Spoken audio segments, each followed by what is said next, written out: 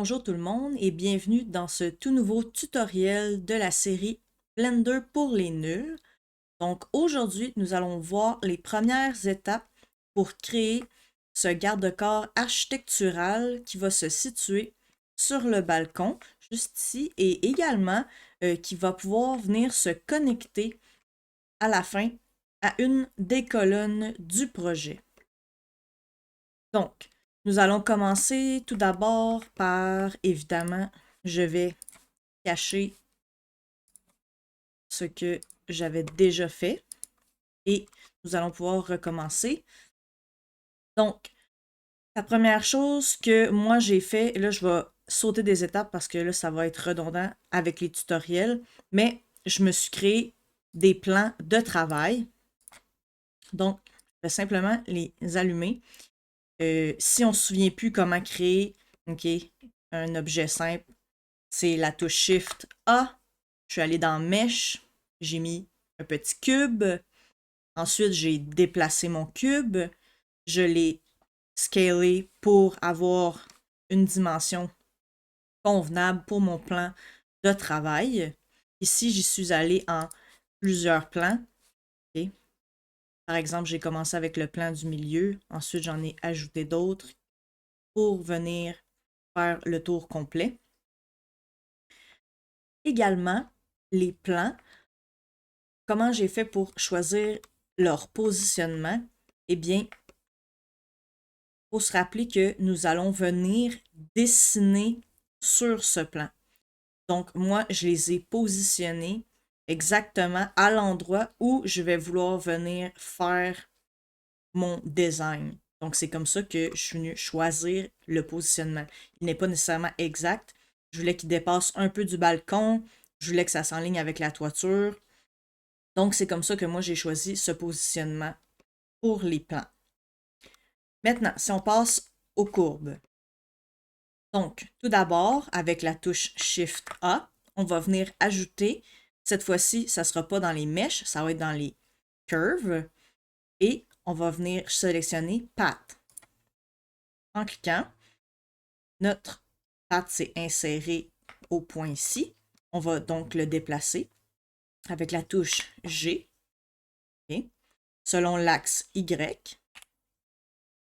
Donc, je fais juste déplacer juste ici. Ensuite, je vais faire la touche Tab pour aller dans l'édition d'objets.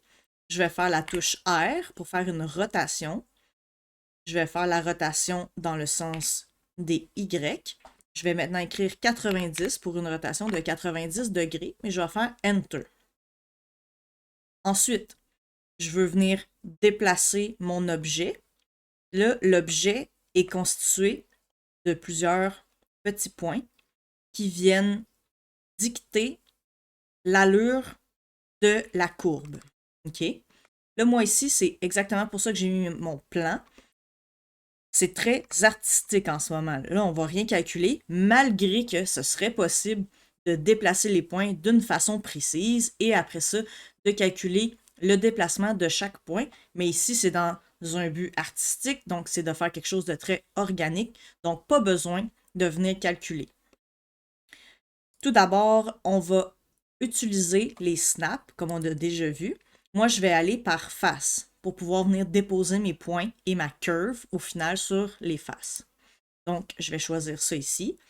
En sélectionnant un des points, on peut faire G, OK? Donc, le déplacement. Et là, évidemment, je vais le déplacer sur la face. Moi, je veux que ça soit à peu près au milieu, ici. Donc, je vais faire cette technique pour chacun des points. Là, pour l'instant, c'est pas si grave, là. On peut déplacer de façon très rapide et comme aléatoire. Okay.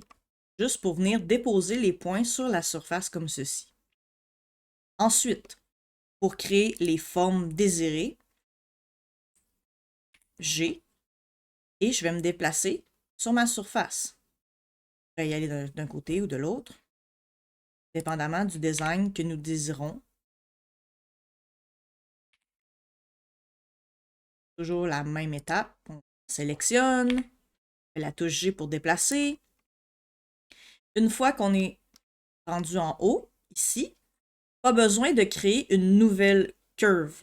On a juste à sélectionner le dernier point et faire la touche E pour venir extruder, si on veut.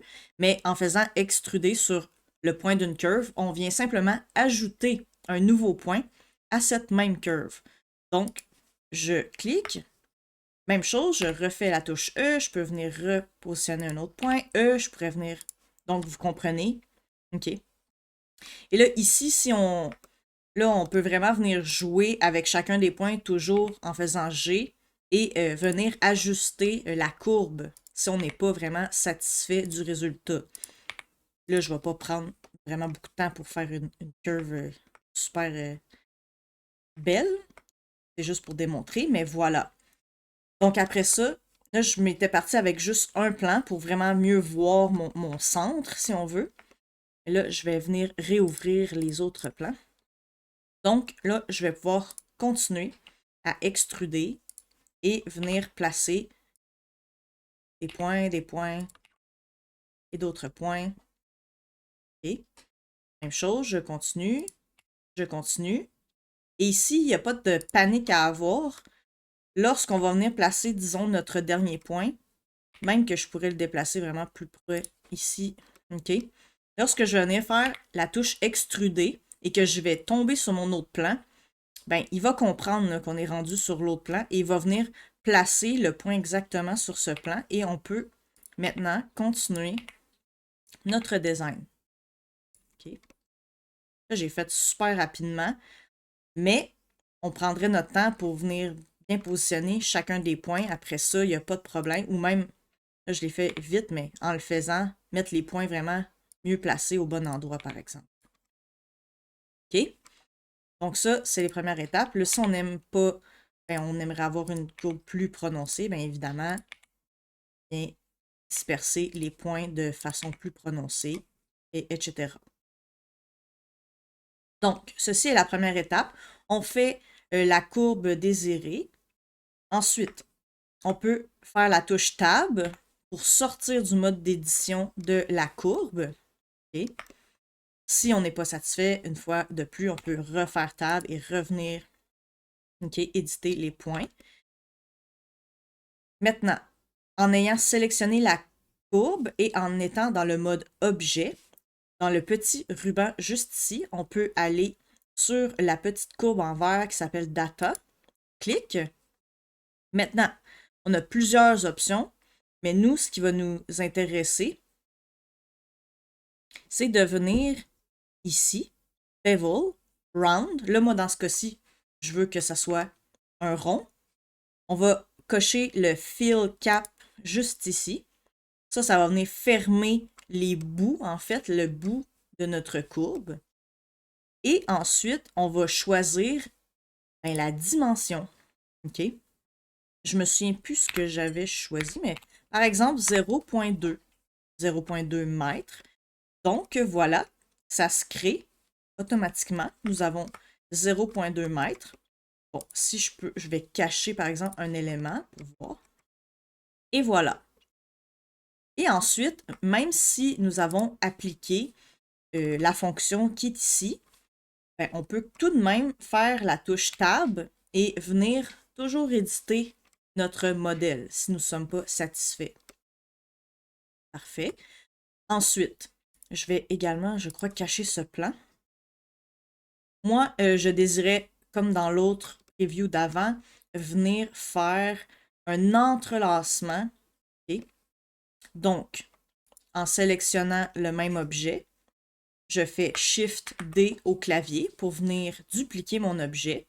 Je fais la touche Escape pour replacer l'objet au même endroit. Et ensuite, c'est là que le vrai fun commence. On fait évidemment la touche Tab pour passer en mode édition. Et là, un travail très méticuleux. Mais moi, j'adore faire ce genre de choses. Donc, ça dépend des types de personnalités, j'imagine. Mais on vient sélectionner, par exemple, le premier point. Je vais faire G pour déplacer ce premier point. Et là, moi, je ne veux pas vraiment faire du freestyle dans ce cas-ci. J'y vais vraiment avec les axes. Donc là, je voudrais déplacer mon point sur l'axe des Y. Donc, je vais faire la touche Y et je vais venir déplacer un petit peu OK? Mon design. Ensuite, là, je vais aller avec le deuxième point. Je vais faire encore la touche G. Par exemple, si je veux le déplacer encore dans l'axe des Y, là, je voudrais que ça se croise. Donc, je vais le déplacer un peu vers l'arrière. OK? Et là, on a toutes les possibilités. On peut même venir jouer, moi j'ai souvent joué là, avec, disons dans l'autre sens, G, la touche Z. Là, on peut venir aussi jouer dans le sens de la hauteur, etc. Donc, je pense que vous comprenez le principe. Ensuite de ça, ma curve s'est croisée ici. Là, par exemple, je pourrais prendre celui-là, je pourrais faire la touche Y, là, je pourrais lui dire qu'on veut peut-être le sortir ou le rentrer par en dedans. Là, ça va pas bien parce que j'ai le snapping.